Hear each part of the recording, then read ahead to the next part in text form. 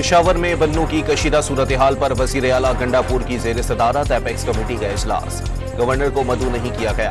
بانی P T I کو اپنی ممکنہ حراست آرمی کو دینے کا خدشہ، لاہور ہائی کورٹ میں سویلین حراست میں رہنے کے لیے درخواست دائر کر دی۔ پی ٹی آئی سیکریٹریٹ سے گرفتار رؤف حسن سمیت 9 کارکنوں کی اسلام آباد کی عدالت میں پیشی، مزید 3 روز کے لیے ایف آئی اے کی تحویل میں دے دیا گیا۔ سوشل میڈیا پر مخالفانہ مہم کے خلاف عظمہ بخاری کی درخواست پر سماعت، لاہور ہائی کورٹ نے وزیر اطلاعات پنجاب کو ایف آئی اے سے رجوع کرنے کی ہدایت کر دی۔ سندھ کے وزیر اطلاعات شرجیل میمن کا پی ٹی آئی پر ملک کو نقصان پہنچانے کا الزام، کراچی کے باسیوں کو ٹرانسپورٹ کی بہترین سہولیات فراہم کرنے کا وعدہ۔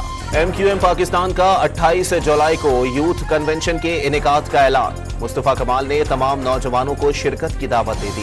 جرمنی کے پاکستانی سفارت خانے میں قومی پرچم کی بے حرمتی کے خلاف کابینہ ارکان کی جانب سے حرمت پرچم مہم کا آغاز، وزراء نے تصاویر شیئر کر دی۔ کراچی کے علاقے بلوچ کالونی میں کار پر الٹنے والا آئل ٹینکر نہ ہٹایا جا سکا، شارع فیصل اور اطراف کی سڑکوں پر ٹریفک کی روانی متاثر، عوام کو مشکلات کا سامنا۔ ننکانہ صاحب میں پولیس نے 3 منشیات فروشوں کو گرفتار کر لیا، 7 کلو سے زائد منشیات برآمد۔ لاہور کے علاقے سبزہ میں 8 سالہ بچی کے ساتھ مبینہ زیادتی، پولیس نے ملزم کو گرفتار کر لیا۔